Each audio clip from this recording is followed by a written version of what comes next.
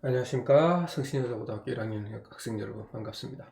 자, 오늘도 어김없이 우리 온라인 강의를 한번 진행해 보도록 할게요.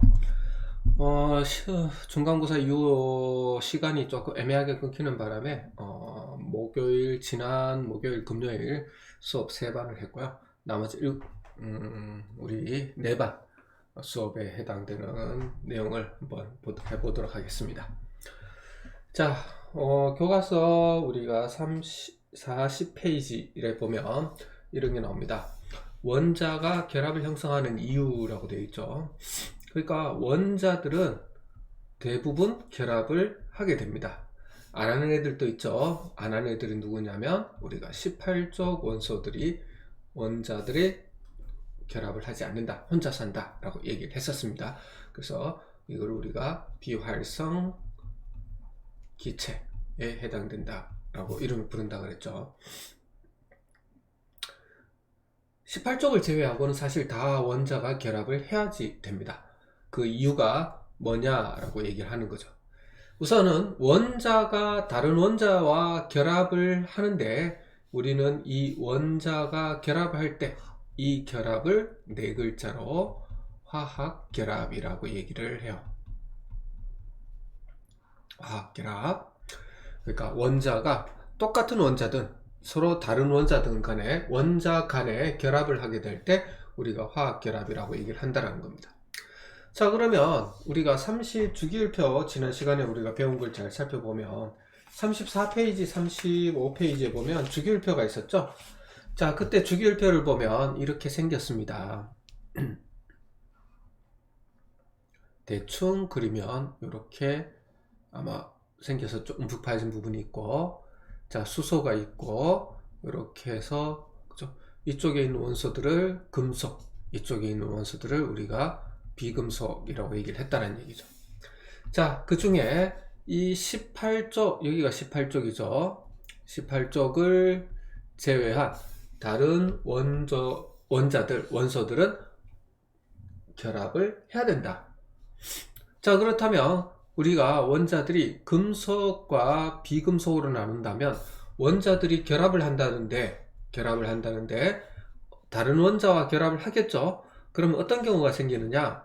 우리가 수업 시간에 선생님이 매우 중요한 분류 방법 중에 하나가 원소들을 금속과 비금속으로 구분하는 거라 그랬죠.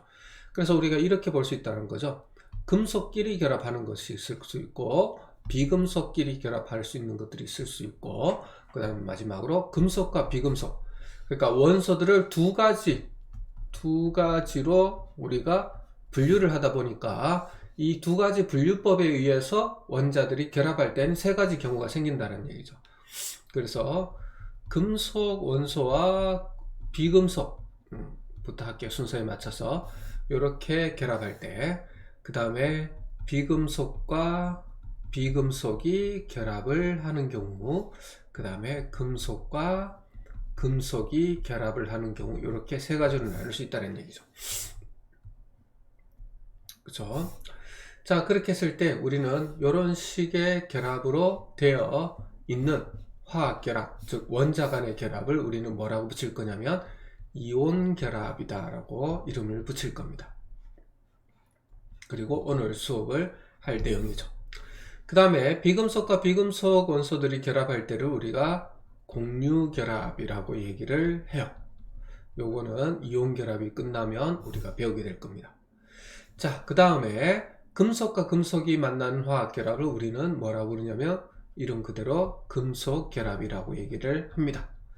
자, 요거는 우리가 1학년 때는 안 나오지만 2학년 때 화학을 선택하는 사람들은 배우게 됩니다. 어쨌든 이 3가지 방법이 존재를 한다는 얘기죠. 화학결합, 즉 원자가 원소가 서로 결합할 때 화학결합이라 부르는데, 그게는 이렇게 3가지가 있고 우리 1학년 때는 요 2가지를 배우게 될 거고, 얘네들을 주로 비교를 해가면서 배우게 될 거예요. 자, 그래서 원자가 다른 원자와 똑같이 생긴 놈일 수도 있고 다르게 생긴 친구들일 수도 있지만 만나는 결합을 화학결합. 근데 원소들은 2가지로 분류를 하기 때문에 이 분류법에 따르면 3가지 경우에 생기고 각각 이온, 공유, 금속결합 이렇게 하는 거죠. 자, 이온 결합 같은 경우 예를 들어서 바로 뭐가 되냐면은 우리가 잘 아는 NaCl, 오늘 수업할 내용이죠. 그래서 주기율표 찾아보면 나트륨은 금속, 그리고 염소는 비금속에 해당됩니다. 자, 공유결합 같은 경우는 대부분 우리가 잘 알고 있는 물 같은 경우죠. 물은 우리가 이런 식으로 구조를 많이 그리는데 수소, 비금속, 산소도 뭐죠? 비금속. 그러니까 비금속과 비금속 사이 이루어지는 요런 결합을 우리는 공유결합이다 그런다라는 얘기입니다. 자, 그러면 오늘 할 내용은 뭐냐? 원자가 결합을 형성하는 이유가 뭐냐라고 하는데, 사실은 역설적이게도 우리가 뭐를 알면 이 이유를 알 수가 있게 되냐면, 원자들 중에서 결합을 형성하지 않는 친구들이 있었다 그랬죠. 그래서 걔네들은 그럼 도대체 사실 주기율표에 여기 있는 것들 중에 대부분은 화학 결합을 참여하는 애들이에요. 하지만 여기 누구들? 18쪽 애들은 뭐라고 했습니까? 다른 원자와 결합을 하지 않는다. 좀 짧게 말하면 화학 결합을 하지 않는다. 그래서 얘네들의 특징을 잘 살펴보면 오히려 우리가 이 친구들, 결합을 하는 친구들이 결합을 해야 되는 이유를 알 수가 있게 되는 거죠. 그러면 18쪽 원소들에 대한 전자 배치를 한번 그려보겠습니다. 지난 시간에 우리가 원자의 전자 배치를 할 때 안쪽 껍질부터 채우고 첫 번째 껍질은 2개, 두 번째 껍질, 세 번째 껍질 그 이상은 8개씩 전자를 채운다고 그랬죠. 자, 그러면 제일 먼저 있는 것이 바로 뭐냐면 헬륨 원자 번호 2번입니다. 자, 2번 같은 경우 이 원자 번호 잘 알다시피 이 원자 번호가 있는데, 자, 원자 번호가 뭐하고 똑같다 그랬죠? 원자 속에 있는 양성자수하고 똑같고, 또 뭐하고 똑같다 그랬냐면 전기적으로 중성이기 때문에 플러스를 띄고 있는 양성자수와 마이너스를 띄고 있는 전자수가 똑같다 그랬죠. 그러니까 2번이 원자 번호 2번이라는 건 전자가 몇 개 있다? 2개 있다. 그럼 첫 번째 껍질에 2개 이렇게 되는 겁니다. 자, 10번 네온을 한번 살펴보겠습니다. 10번 네온 같으면 전자가 10개란 뜻이죠. 그러면 첫 번째 껍질에 2개, 두 번째 껍질에 8개의 전자가 존재하게 됩니다. 자, 꽉 채웠죠, 그죠? 자, 그 다음 밑에 있는 것이 18번 아르곤입니다. 18개의 전자가 존재하겠죠. 첫 번째 껍질에 2개, 두 번째 껍질에 8개, 세 번째 껍질에 8개로 꽉 채우면 18개가 됩니다. 자, 이렇게 우리가 18쪽 원소들의 전자 배치를 그려봤는데, 즉 18쪽 원소들은 건 뭐냐면 다른 원자와 결합하지 않는, 즉 화학 결합을 하지 않는 친구들이죠. 결국은 여기에 있는 전자 배치는 뭘 말해주는 거냐면 화학 결합을 하지 않는 것들의 전자 배치를 그리는 거예요. 그럼 여기 공통점이 있더란 얘기죠. 바로 어떤 것들이 공통점이냐? 헬륨은 마지막 껍질이 첫 번째 껍질인데 꽉 채웠어요. 네온은 마지막 껍질이 두 번째 껍질인데 그 마지막 껍질을 꽉 채웠습니다. 그 다음에 아르곤은 세 번째 껍질이 마지막 껍질인데 마지막 껍질을 채울 만큼 꽉 채웠다는 거죠. 자, 그래서 우리는 뭘 할 수가 있냐면 이런 결론을 지을 수가 있다는 얘기죠. 화학 결합을 하지 않아도 되는 애들, 즉 18쪽의 전자 배치는 어떤 전자 배치다? 마지막, 그죠? 마지막 전자 껍질, 마지막 전자 껍질에 전자가 모두 채워진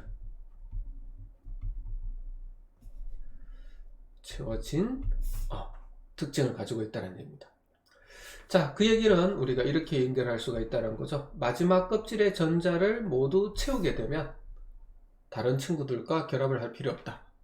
다른 말로 말하면 이 모습, 즉 마지막 전자 껍질에 전자가 모두 채워진 것이 어떻다? 매우 안정되다. 갖출 것 다 갖추었다. 즉 다른 것과 결합할 이유가 없다. 이렇게 표현하면 되는 겁니다. 그래서 안정하다라는 말로 다룰 수가 있겠어요. 자, 그러면 마지막 전자 껍질의 전자가 다 채우면 어떻다고 얘기한다고? 안정하다. 안정하니까 사실 화학결합이라는 걸 왜 하냐? 내가 불안정하기 때문에, 내가 뭔가가 부족하기 때문에 그걸 채우려고 부족한 걸 채워 넣기 위해서 결합을 해야 되는 거예요. 사실 이게 이제 그게 요 질문의 답입니다. 자, 그런데 마지막 전자 껍질의 전자가 모두 채워지는 건 안정하다, 안정한 전자 배치다, 이렇게 말하면서 이 안정하다는 것은 부족한 게 없다는 뜻이기 때문에 화학 결합을 하지 않는다, 다른 원자와 결합을 하지 않는다가 되는 겁니다. 그러면 마지막 전자 반대말이 되겠죠. 마지막 전자 껍질의 전자가 모두 채워지지 않았다, 안정되지 않다, 화학결합을, 이 안정함을 만들기 위해서, 안정되기 위해서 화학결합을 해야 된다, 이렇게 되는 겁니다. 그러면 답이 나왔죠. 원자가 결합을 형성하는 이유, 화학결합, 여기 종류가 화학결합이라고 그랬죠. 화학결합을 형성하는 이유는 뭐다? 그 원자들이 마지막 전자 껍질에 전자가 채워지지 않아서 불안정하고, 이 불안정한 것을 안정하게 만들기 위해서 화학결합이라는 것을 하게 된다, 이런 얘기가 되겠습니다. 이게 41페이지 제일 위에 정리가 되어 있어요. 한번 볼까요? 자, 이렇게 됩니다. 1번부터 20번까지 원소들의 첫 번째 전자 껍질에는 전자가 2개, 나머지 전자 껍질에는 전자가 8개 들어갈 수 있다. 자, 가장 바깥쪽의 전자 껍질에 전자가 모두 채워지면, 자, 8개라고 되어 있는데 헬륨 같은 건 2개죠. 그거는 헬륨이 가지는 껍질은 2개만 차도 모두 채워지는 거기 때문에, 자, 어쨌든 중요한 거는 가장 바깥쪽의 전자 껍질에 있는 전자가 모두 채워지면 우리는 뭐라고 말한다고? 매우 안정하다. 그 때문에 다른 원자와는 결합할 필요성을 느낄 수 없기 때문에 결합을 하지 않겠죠. 자, 그러면 이런 조건을 만족시키는 게 누구였다는 거니까 18쪽 원소들이죠. 18쪽은 가장 바깥 껍질의 전자가 8개, 헬륨만 2개고 예외로 매우 안정하다. 하지만 나트륨, 리튬, 칼륨 1쪽 원소 족보는 끝자리가 원자과 전자 1개죠. 즉 마지막 껍질에 전자가 1개라는 뜻입니다. 플로린, 브로민 같은 17쪽 족보는 끝자리가 7이죠. 그래서 원자과 전자가 7개. 역시 마지막 껍질의 전자가 7개, 8개가 아니죠. 그러니까 뭐라는 얘기죠? 다 채워지지 않았다, 안정되지 않다. 그러면 다른 원자와 반응을 잘 할 것이다, 반응성이 크다라는 말로 표현을 하는 겁니다. 그럼 얘네들은 이제 다른 원자와 거의 반응하지 않는다는 것은 반응성이 거의 없다라고 표현하면 되는 거고, 반응성이 크다라는 말은 다른 원자와 반응을 할 수 있다. 18쪽에 비해서는 그게 더 크겠죠, 그죠? 자, 이렇게 되는 겁니다. 자, 그렇다면 이제 우리가 1쪽, 17쪽 원소들이 뭐 해지려면, 자, 이게 목적입니다. 안정해지려면 각 원소에 어떤 변화가 일어나야 될까? 자, 안정해지는 방법이 뭐라 그랬죠? 그렇죠. 마지막 껍질을 어떻게 한다고? 전자를 모두 채워넣은 변화가 일어나야 된다는 겁니다. 1쪽이나 17쪽이 뭐 워낙 많이 나오기 때문에 예를 들은 거지, 1쪽, 2쪽, 15쪽, 16쪽 다 마찬가지예요. 어쨌든 어떤 원소들은 마지막 껍질의 전자가 다 채워지지 않은 원소들은 1쪽, 2쪽, 13, 14, 15, 16, 17쪽 친구들 얘기겠죠. 뭐 해지려고? 안정해지려고. 안정해지는 방법은 가장 바깥쪽의 전자 껍질의 전자라 모두 채워지려는 활동, 어떤 변화가 일어나게 될 거라는 얘기가 되겠습니다. 자, 그러면 다음 페이지 넘어가서 그 방법 중에 하나, 오늘은 이온결합에 대해서 한번 해보도록 하겠습니다. 자, 여기 그림에 잘 나타나는데, 이온결합을 설명할 때, 그죠? 이온결합.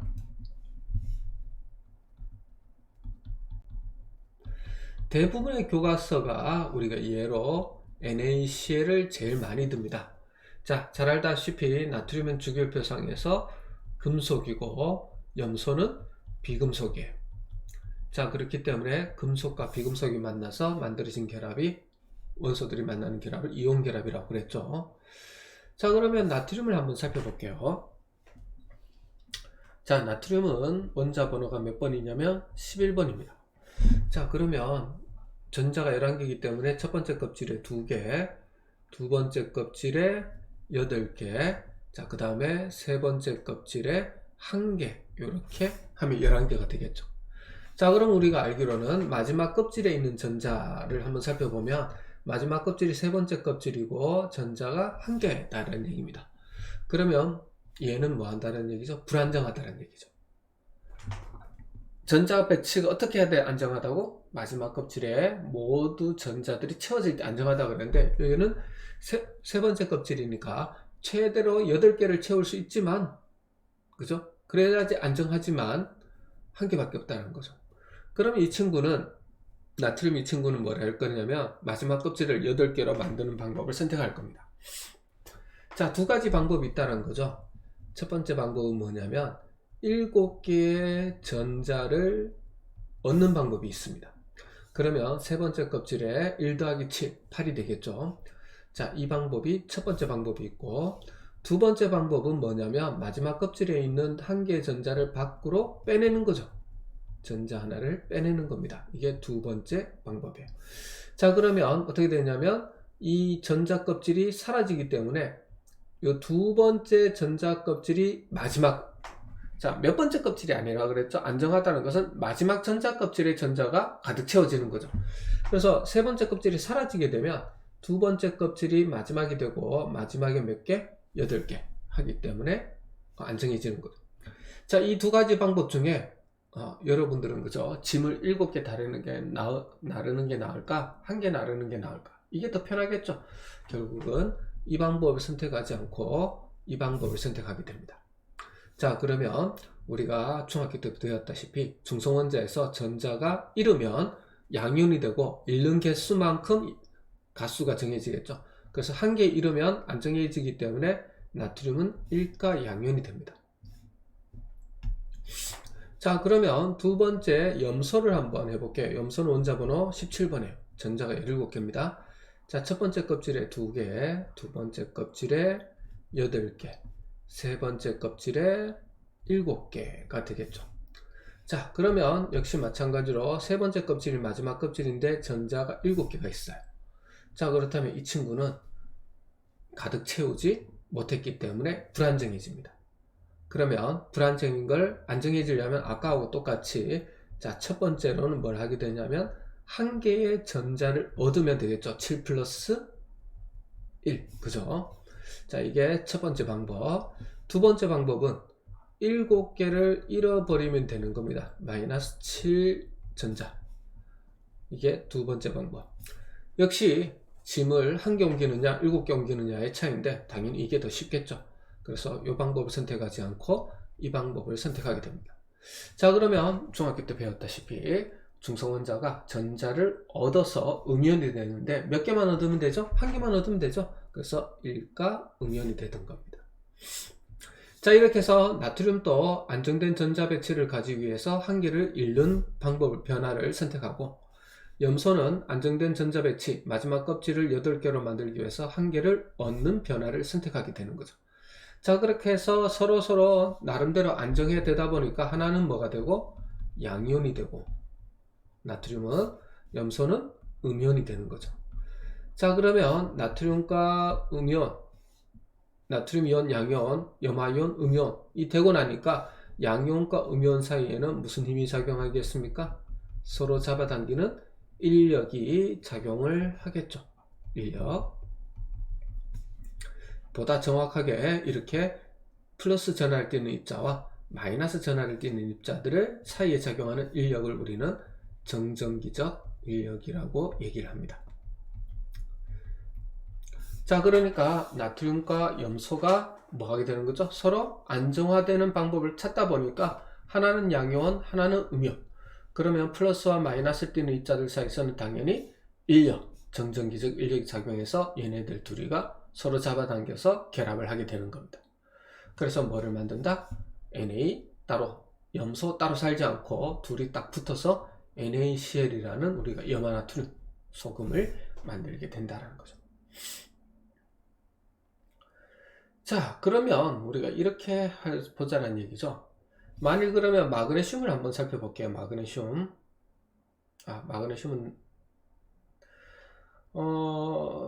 지울 필요가 없을 것 같고, 쌤이 잠깐만요.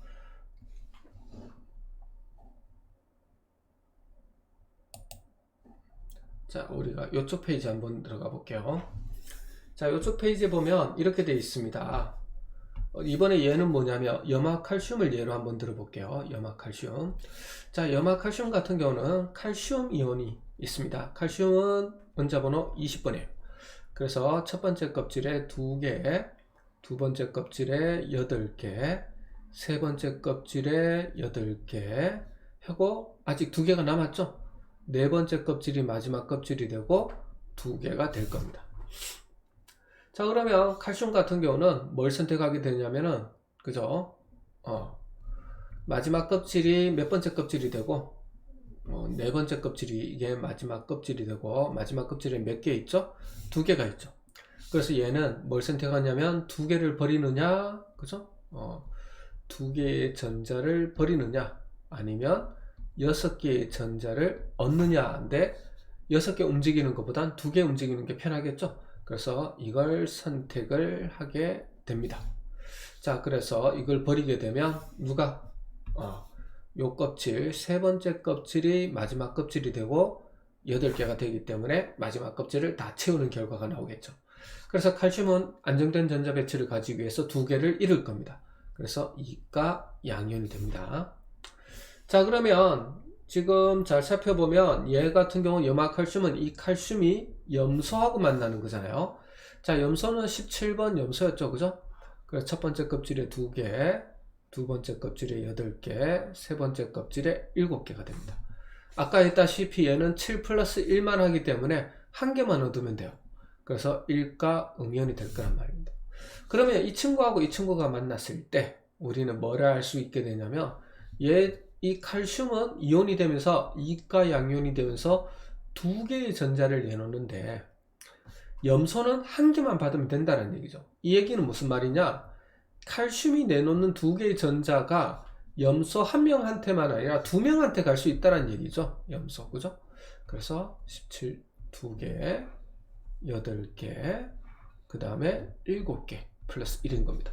그래서 이 2개의 전자가 여기에 1개, 이쪽에 1개씩 각각 전자를 가게 되면, 즉 칼슘과 염소가 만날 때는 칼슘 1개당 염소가 몇 개?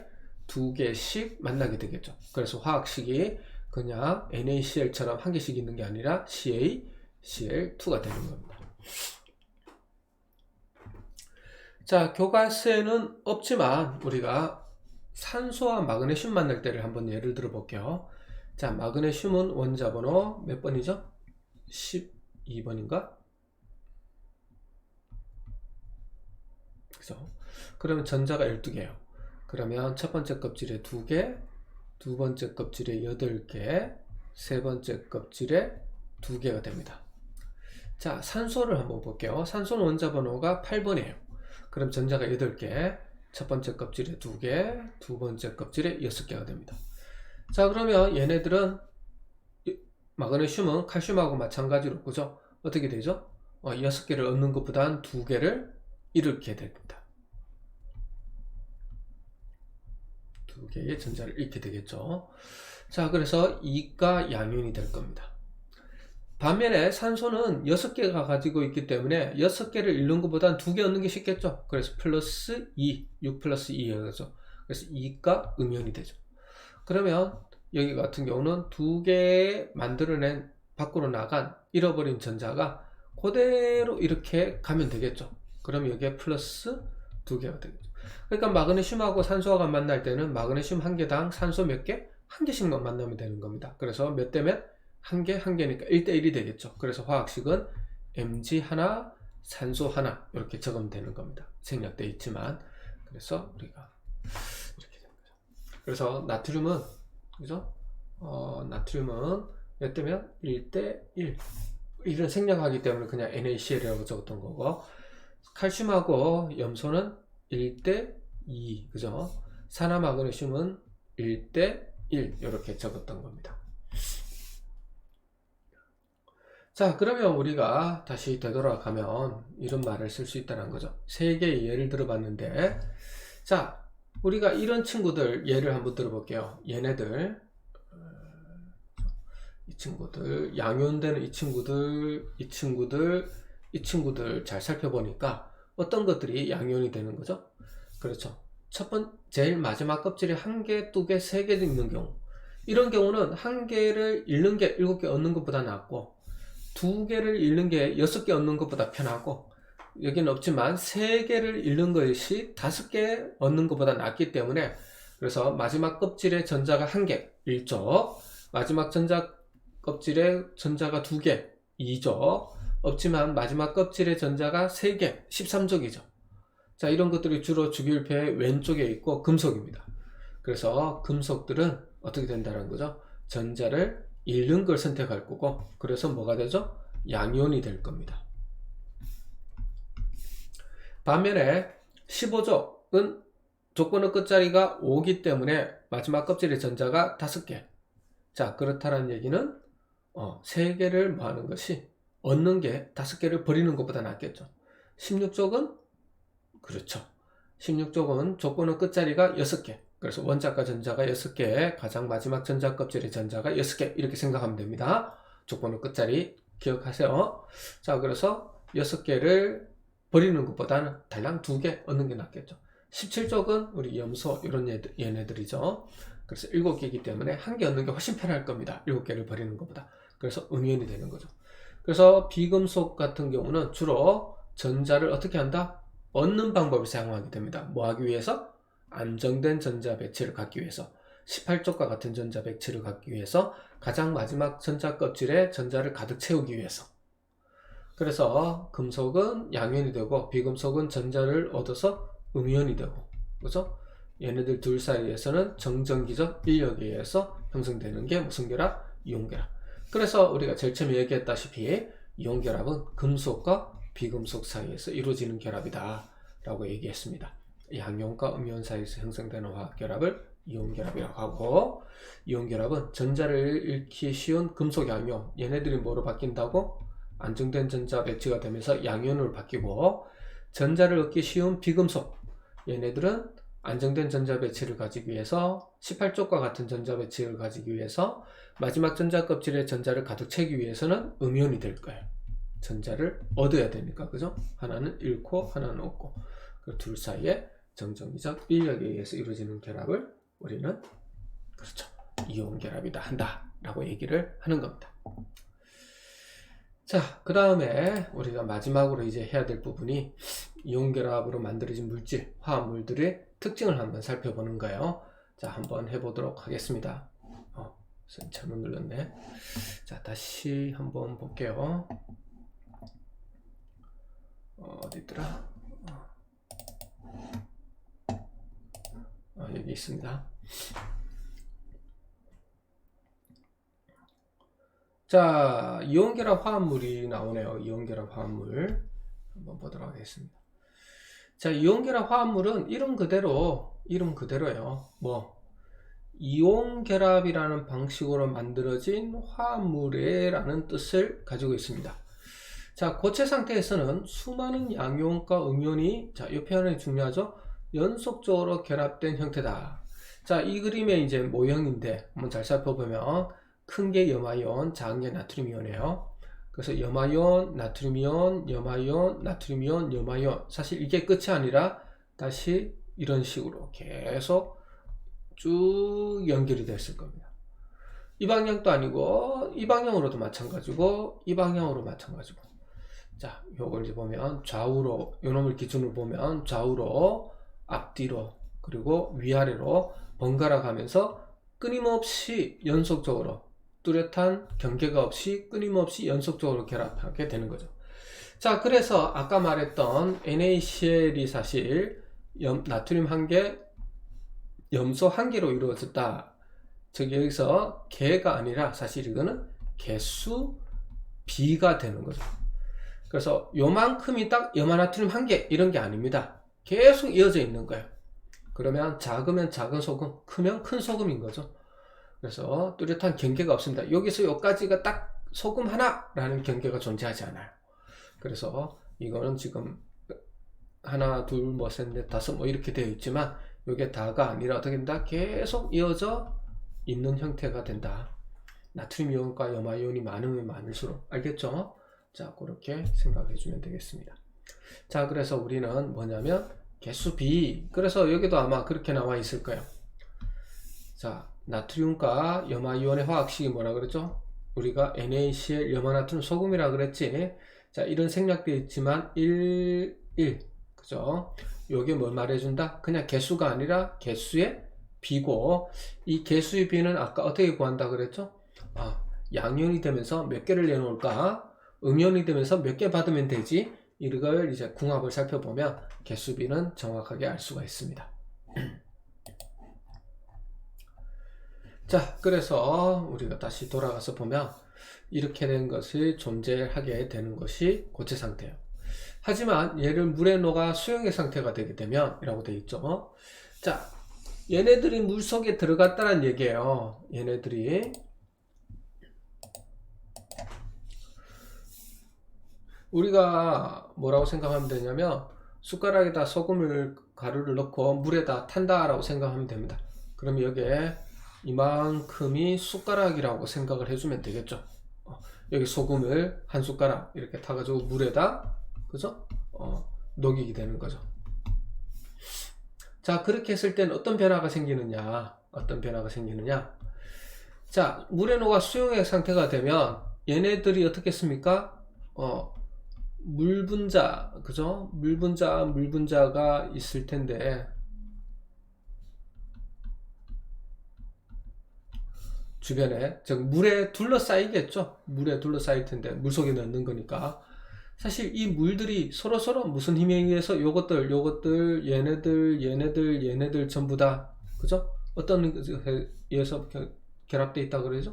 정전기적 인력에서 결합되어 있는데 물이 염화이온, 물이 나트륨 이온이 다가가지고 끄집어내는데 물 분자가 염화이온을 잡아당기는 힘, 물 분자가 나트륨 이온을 잡아당기는 힘이 훨씬 강해요.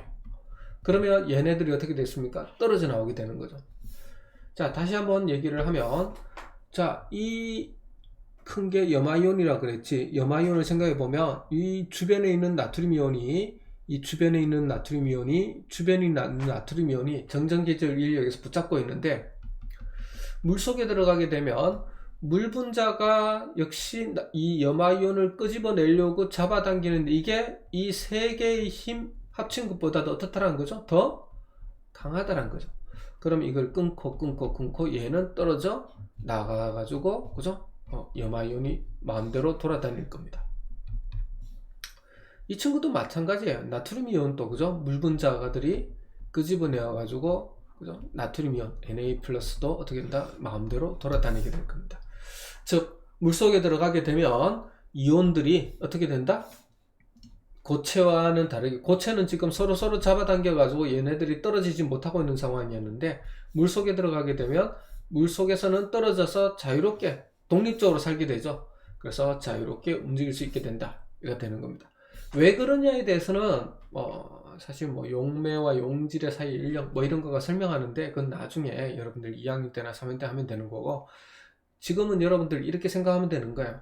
소금을 물에다 넣게 되면 물이 소금을 이루고 있는 염화이온, 나트륨 이온하고 만나겠죠? 그래서 물을 끄집어내려고 하는데 이 힘이 훨씬 세다. 떨어져 나간다. 물속에서 자유롭게 움직인다.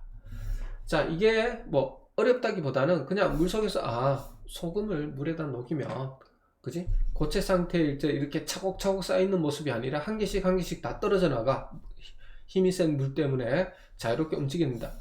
이게 중요한 거예요. 그래서 이온들이 이렇게 자유롭게 움직이면 여러분들이 아주 많이 들어봤던 표현이죠. 바로 뭐다?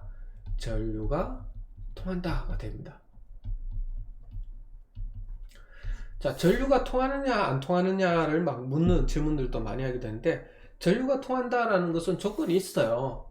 바로 뭐냐면 첫 번째, 두 번째. 첫 번째는 이온, 두 번째는 전자.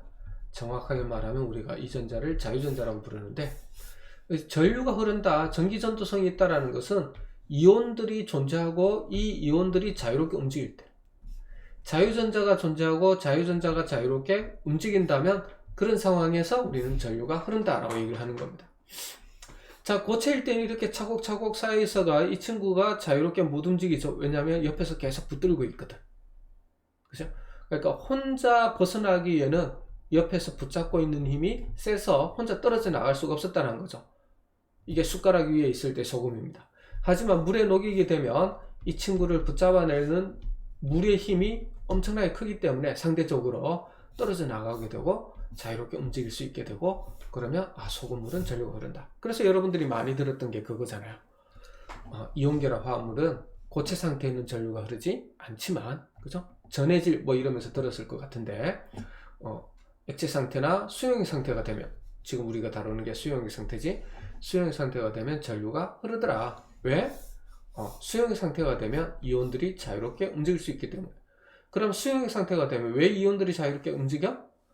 수용액, 물에 들어갔더니 물이란 놈이 힘이 세서 각각의 이온들을 하나씩 다 끄집어 내더라. 이렇게 생각하면 됩니다. 어느 정도 힘의 차이가 많이 생기느냐, 이런 건 여러분들이 관심이 생기면 2학년 때 우리 다시 공부를 하면 될 것 같아요. 중요한 거는 오늘은 그게 아니라, 오늘은 그냥 여러분들은 머릿속에서는 물이란 놈 힘이 이온들끼리의 힘보다는 강하기 때문에 끄집어 내더라. 그래서 자유롭게 움직이더라. 그럼 우리는 전류가 흐른다 라고 얘기를 하더라 생각을 해주면 되겠습니다. 알겠죠? 자, 여기까지 하도록 하고, 다음 시간에는 우리가 공유결합에 대해서 한번 진행해 보도록 하겠습니다. 자, 수고했습니다. 다음 시간에 뵙겠습니다.